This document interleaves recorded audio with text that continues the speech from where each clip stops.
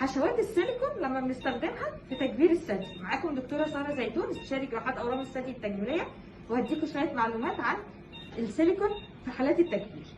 بس اسئله كتير بتجيلي على البيج اذا كان السيليكون ممكن يفرقع او يتقطع لو استخدمناه في تجميل الثدي. يا جماعه لا، السيليكون بيتحمل درجات ضغط كبيره جدا عليه من غير ما يحصل له اي حاجه.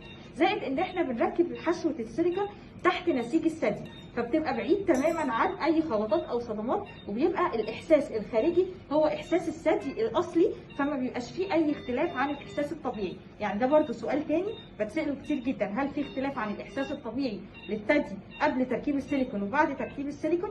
الاجابه لا، لان احنا في معظم الحالات بنركب السيليكون تحت نسيج الثدي الطبيعي، فما بيبقاش فيه اي تغيير في الملمس ولا في اي تغيير في الاحساس بتاع الثدي. لكن السؤال الثالث اللي بتسأله الرضاعة، هل لما بنركب السيليكون بيبقى صعب ان انا ارضع بعد العملية؟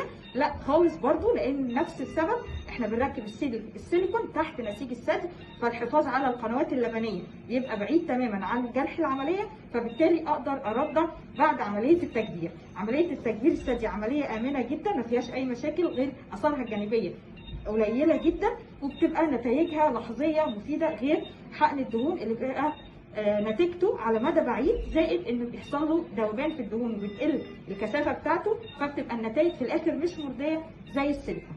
اتمنى اكون افدتكم، اشوفكم في فيديوهات تانيه كتير. ما تنسوش تعملوا لايك وسبسكرايب على الفيسبوك واليوتيوب والانستجرام.